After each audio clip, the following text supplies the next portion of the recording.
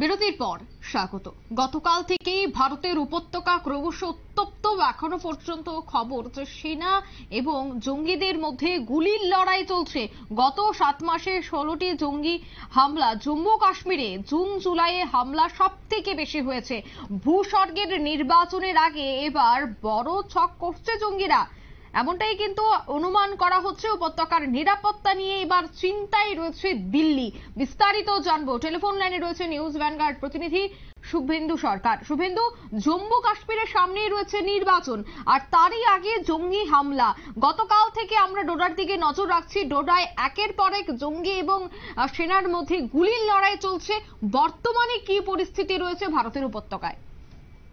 দেখুন চিতা, আমরা যেটা দেখেছি যে গতকাল থেকে কিন্তু গুলির লড়াই চলছে কাশ্মীরের ডোডায়, এবং যে তল্লাশি চলছিল, তল্লাশি চালাচ্ছিল সেনাবাহিনী, সেই তল্লাশিতে চারজন জঙ্গি তাদেরকে কিন্তু নিহত করা হয়েছে বা গুলি মেরে তাদেরকে খালাস করা হয়েছে, এমনটাই জানা গিয়েছিল সেনা সূত্রে। পাশাপাশি এই যে দীর্ঘ সময় ধরে কাশ্মীর বা এই উপত্যকায় যে হিংসা চলে আসছে, জঙ্গিদের সন্ত্রাস চালিয়ে আসছে, সেই সন্ত্রাস কিন্তু একটা চাঞ্চল্যকর বেশ কিছু তথ্য আমাদের সামনে আসছে। যেমন যদি আমরা দেখি, গত জানুয়ারি মাস থেকে 12 জন সেনা প্রাণ হারিয়েছেন, অর্থাৎ 12 জন জওয়ান কিন্তু প্রাণ হারিয়েছেন, এবং তার মধ্যে একজন মেজরও ছিলেন, অর্থাৎ উচ্চ পদস্থ সেনাকর্তা।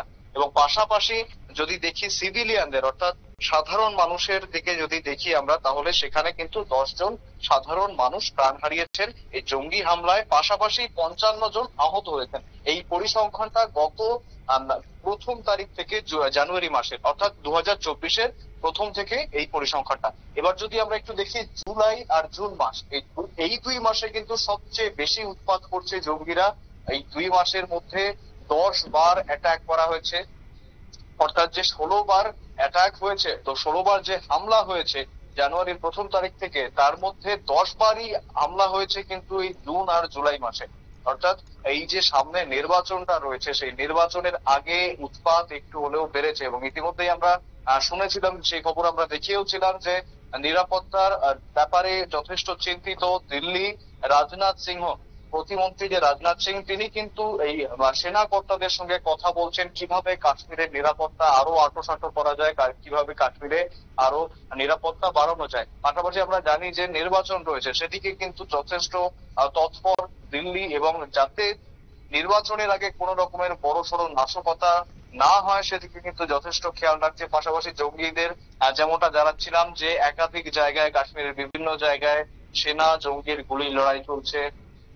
ডোডাতে আমরা দেখেছি, গতকাল থেকে আমরা দেখছি ডোডাতে 4 জন নিহত হয়েছে। সেক্ষেত্রে এই যে একেবারেই বলা চলে যে ভোটের আগে, বিধানসভা নির্বাচনের আগে উপত্যকা কিন্তু আবারও অশান্ত। অঙ্কিতা, আমরা গতকাল দেখেছিলাম যে সেনা এবং জঙ্গিদের গুলির লড়াইয়ে 2 জন জঙ্গিকে খতম করা গেছে, কিন্তু সেই জায়গায় আজ যেহেতু আবারও গুলির লড়াই চলছে, সেক্ষেত্রে কি কোন ধরনের খবর রয়েছে? অর্থাৎ জঙ্গি নিকেশ করা কি এখনো পর্যন্ত সম্ভব হয়েছে? একবারে দেখো অঙ্কিতা, গতকাল যেটা আমরা যদি দেখি যে 5 জন জওয়ান কিন্তু শহীদ হয়েছে, পাশাপাশি 5 জন জওয়ান কিন্তু শহীদ হয়েছেন কালকের এই সেনা জঙ্গির গুলি লড়াইয়ে। এবং তাছাড়া যে জঙ্গি, তাদের কিন্তু খোঁজ চলছে, গোটা উপত্যকা জুড়ে তাদের খোঁজ চলছে। ডোডায় এখনো সংঘর্ষ জারি রয়েছে। সেক্ষেত্রে জঙ্গিরা বিভিন্ন গ্রামে গ্রামে লুকিয়ে রয়েছেন, এবং এমনটাও শোনা যাচ্ছে যে তারা কিন্তু সাধারণ যারা রয়েছেন, স্থানীয়রা, তাদের কাছ থেকে সাহায্য নিচ্ছেন, এবং সেইভাবেই কিন্তু লুকিয়ে থাকছে। তার পাশাপাশি তাদের খোঁজে ইতিমধ্যেই শুরু করেছে তল্লাশি সেনাবাহিনীর। এই যখন তল্লাশি করছিল, সেই সময় কিন্তু ডোডাতে সেনা এবং জঙ্গির গুলি লড়াই যাতে সেই সময় 5 জন প্রাণ হারিয়েছেন সেনা জওয়ান। একদম ধন্যবাদ শুভেন্দু। অর্থাৎ ভূস্বর্গে নির্বাচনের আগে বড় ছক করছে জঙ্গিরা, এবং সেই জঙ্গিদের ছক বানচাল করতেই দেশের সেনারা ইতিমধ্যেই কিন্তু বিভিন্ন জায়গায় চিরুনি তল্লাশি করছে। যদিও এই ঘটনায় বেশ কয়েকজন সেনা জওয়ান শহীদ হয়েছে, এখনো পর্যন্ত জঙ্গি এবং সেনাদের মধ্যে গুলির লড়াই চলছে। যারা এই ঘটনার সাথে যুক্ত রয়েছে, অন্যদিকে ভারতের উপত্যকায় কোন কোন জায়গায় তারা লুকিয়ে থাকতে পারে সেই বিষয়গুলি জানার পর কিন্তু এখন বিভিন্ন অপারেশন থেকে শুরু করে চিরুনি তল্লাশি জারি রাখছে সেনারা। নিয়ে নিচ্ছে ছোট্ট একটি বিজ্ঞাপন বিরতি, সঙ্গে থাকুন।